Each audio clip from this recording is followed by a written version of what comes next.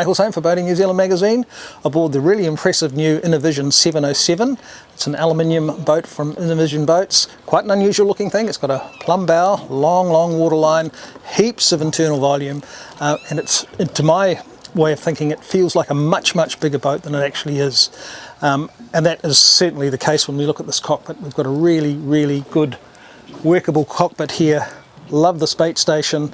Not only does it look good, it's actually really ergonomic as well. We've got a nice bait board on here that's high enough to fill it properly.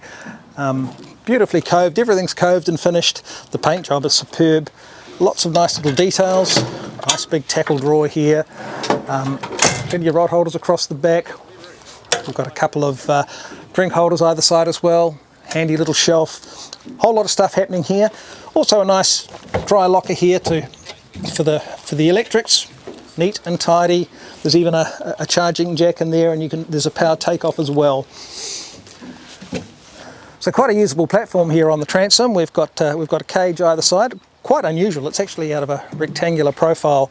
Here it's got a nice little custom latch on here. Drops down, it becomes your boarding ladder. There's one of these on both sides of the boat. Again, you know, why have it on one side when you can have it on two? Easy to get across the platform. The engine's on a pod. It's a 250 horsepower Honda, but there's a nice little walk space across the back here as well, so you can get from side to side easily enough.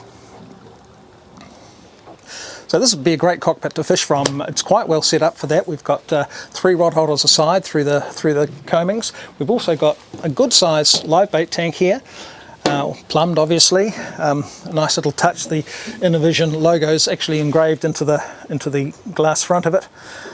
We've also got freshwater and saltwater washdowns on this side, and a nice touch is a little hand washer, one each side. Saltwater on this side, freshwater on the other side. Unlike some of them, this one has really got some pressure behind it, so you know, even if your hands are really mucky, you can wash them off very easily. So there's a good solid hard top here. There's a decent rocket launcher across the back of it. It's also a tow point if you want to tow a wakeboard or something like that. You can use this boat for that as well. I really like the way that Innovision has fitted all of these grab rails. They're everywhere around this boat, so you're never sort of standing somewhere inside the boat where you can't reach something. And you know, in rough weather, that's really important. So this one's been quite nicely set up in that way.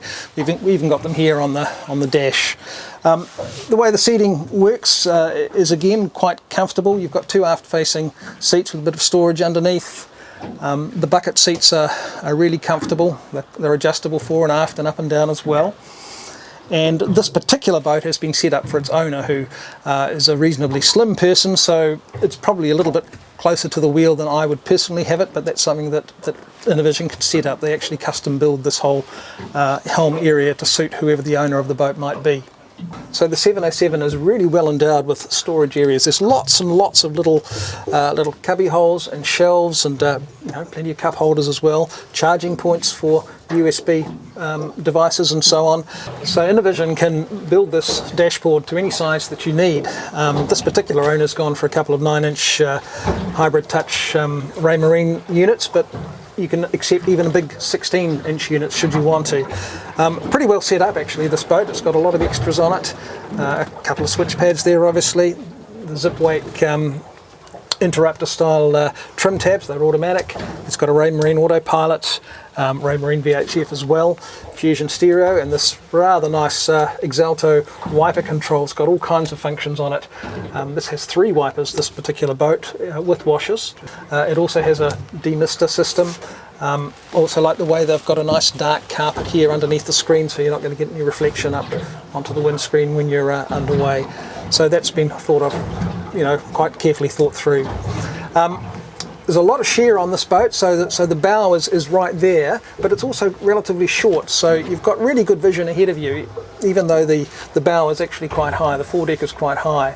And one of the beauties of that, of course, is that you've got plenty of headroom in the front cabin. You could quite happily sleep a couple in here. It's got a nice infill for the bunk beds. There's also an electric toilet underneath the squab.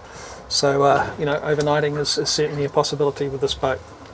So with Honda's 250 horsepower 4-stroke on the transom, this boat goes pretty well.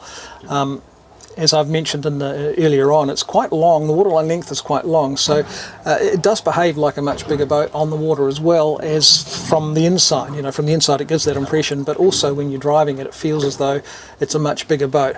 In fact, I would swear that this is an 8-metre boat when you drive it. The ride is really good. That plumb bow actually has a very fine entry, so it cuts through the waves very nicely. And you know, we found a few wakes to sort of throw it against, and it handles them very well indeed. There's no squirming. It's not being pushed off line or anything like that. So the handling is really quite good.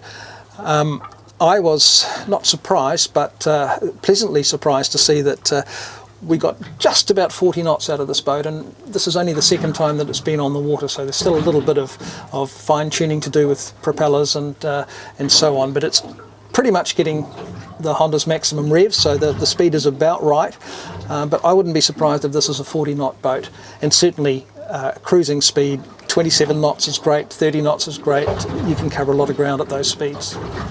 I'm with Simon Minoprio from Innovision Boats. Simon, we're on your beautiful new Innovision 707, but tell us a little bit about Innovision, about the company, how it came about, and what it was that inspired you to build boats. Years ago, just from my sailing I did overseas, I came across a lot of different designer boats, and I saw a Wally boat, and I went, wow, that thing's pretty cool, and that'd probably fix a tin boat, that sort of design of hull.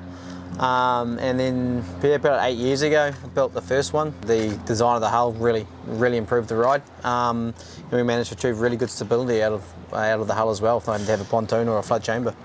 So, I mean, if there was any one thing that you would say sets your boats apart from other boats in the market, what would that be?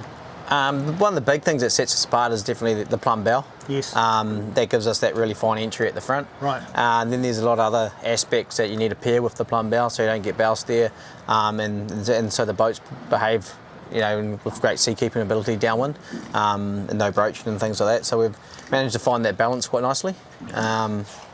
Well, something that really strikes me, Simon, and this boat in particular, I mean, this is ostensibly a 7-metre boat, but the volume here is immense, and from the inside anyway, it feels like a much bigger boat than that. Is that a feature of the whole range? Yeah, it's basically like our 5.5 metre is very similar to a 6-metre boat of length overall. Internally, like the bunk size, the cockpit size and the hardtop size all lines up to something that is 6 metres of LOA.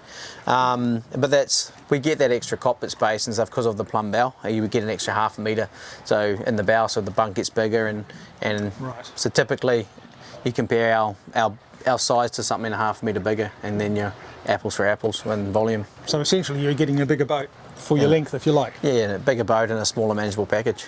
So Innovision definitely takes an alternative route when it comes to building boats. These are quite unusual, but if you're looking for something unusual, and more particularly if you're looking for something that goes really, really well and gives you a whole lot of boat for the length, well, this is definitely worth considering.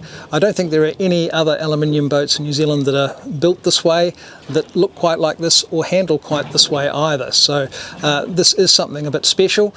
It's not surprising that it's got Inno in the name, because it is quite an innovative company, and this is an innovative boat. I've thoroughly enjoyed my morning aboard her. I think this is one of the better riding boats I've been on for quite some time.